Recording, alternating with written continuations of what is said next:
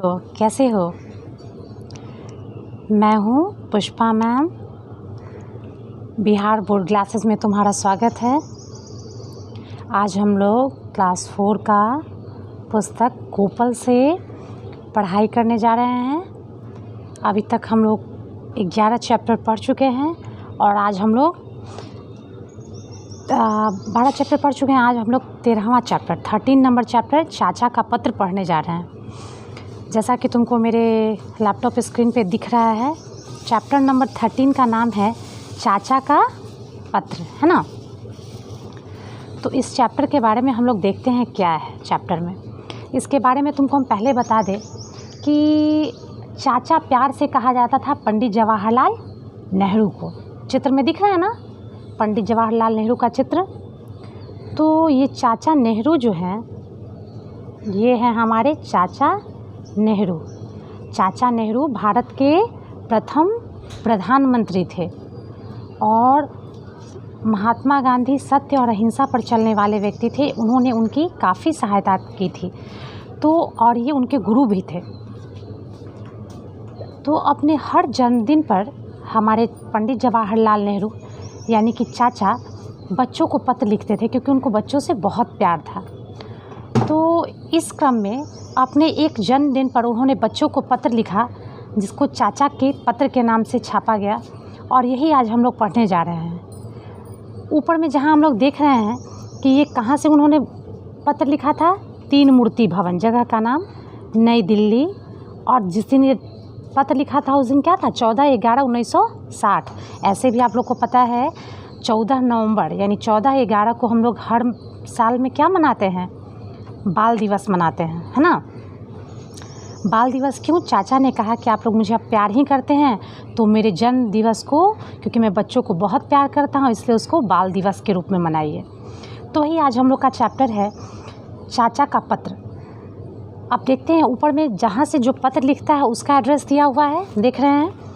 अब आगे पढ़ते हैं हम लोग क्या है। चाचा बोले, पत्र में बता रहे हैं कि मुझे तुम्हारे साथ यानी बच्चों के साथ रहना बहुत अच्छा लगता है। बच्चों से बातें करना, हंसना खेलना सब बहुत पसंद है। बोलते हैं चाचा यानी पंडित जवाहरलाल नेहरू कि जब भी मैं तुम लोग को देखता हूँ यानी बच्चों को देखता हूँ, मैं अपना बुढ़ापा भूल जाता हूँ, मैं भी यंग हो जाता हूँ, मुझे भी नया जोश आ जाता है, काम करने के लिए, अपने देश के लिए कुछ और ज़्यादा करने का उम्मीद बढ़ जाता है।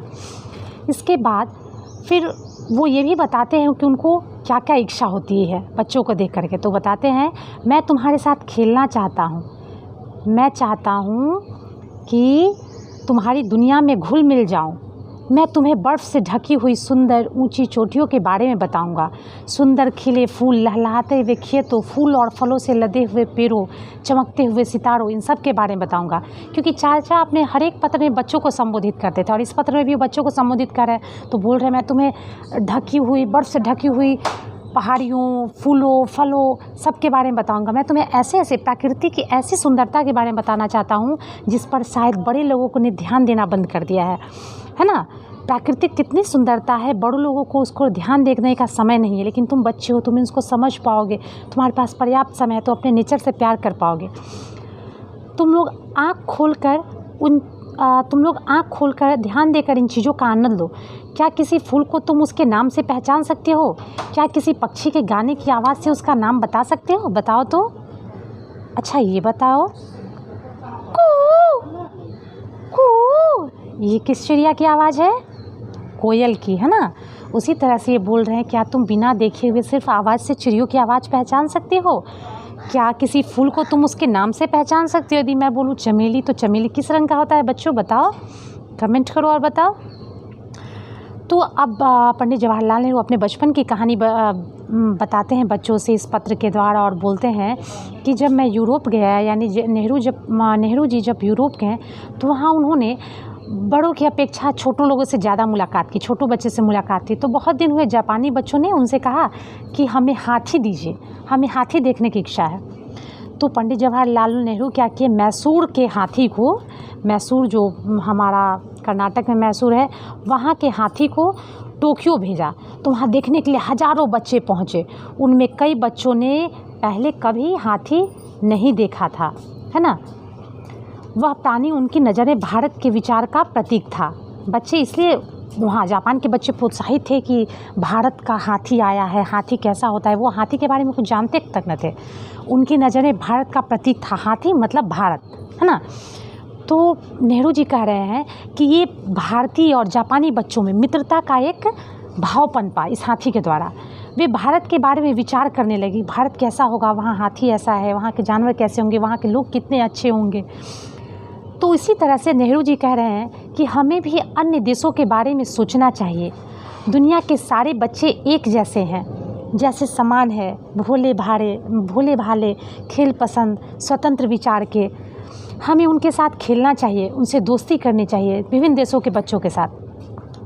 अपने देश में एक महान नेता हुए हैं, उनका नाम है महात्मा गांधी। हम सब उन्हें क्या कहते हैं, प्यार से बापूजी कहते हैं। किनको? महात्मा गांधी को हम लोग क्या कहते हैं, प्यार से बापूजी कहते हैं, है ना। वे बड़े विद्वान थे पर एकदम सीधे साधे। कई बातों में उनका व्यवहार बिल्कुल बच्चों जैसा होता था। उन्हें वे बहुत प्यार करते थे। वे कहते थे सबके साथ दोस्ती करो, है ना। क्या क्या कहते थे बापू? सबके साथ दोस्ती करो, किसी से भी झगड़ा नहीं करो, सहयोग से काम करो, कभी किसी से डरो नहीं। हम देश के लिए बहुत कुछ कर सकते हैं। हर एक नागरिक थोड़ा सा भी काम करे तो भारत उन्नति के शिखर पर पहुंचेगा। अच्छा, और कभी फिर लिखूंगा। जय हिंद, है ना। इतना कहने के साथ जवाहरलाल नेहरू क्या कहते हैं, तुम्हारा जवाहरलाल नेहरू यानी तुम्हारा चाचा। ये पत्र कब लिखे थे नेहरू जी? अपने जन्म दिवस के अवसर पर उन्होंने भारत के बच्चों को संबोधित किया था कि हमें सभी से दोस्ती करना चाहिए, दुनिया के विभिन्न बच्चों के साथ दोस्ती करनी चाहिए, हमें प्रकृति पर ध्यान देना चाहिए, प्रकृति को सुंदरता को पहचान करना चाहिए और उसके विकास के लिए, प्रकृति पर्यावरण के विकास के लिए हम सभी को थोड़ा थोड़ा ध्यान देना होगा। इसी के साथ उन्होंने ये भी बताया कि महात्मा गांधी को कहते थे कि किसी से डरने की आवश्यकता नहीं, आपस में सहयोग करके अपने देश का विकास करें। इस तरह से हमारा देश निश्चित ही शिखर पर पहुंचेगा, उन्नति के शिखर पर पहुंचेगा। और इसके साथ कितना प्यार से उन्होंने ये पत्र लिखा था और हर जन्म दिवस पे वो लिखते थे। समझने वाला बात है। क्या आप भी अपने जन्म दिवस पर कोई पौधा लगाते हैं या कोई विशेष कार्य करते हैं? तो ज़रूर बताएं। तो ये बताएं कि आज का हमारा चैप्टर 13 चाचा का पत्र आपको कैसा लगा, क्या ये आपको समझ में आया? तो बिहार बोर्ड क्लासेस को लाइक कीजिए, शेयर कीजिए और सब्सक्राइब कीजिए, है ना। Thank you. अब इसका अगला पार्ट में हम लोग इसी चैप्टर का प्रश्न उत्तर देखेंगे, है ना। चलिए, और बाय बाय बच्चों, बाय बाय।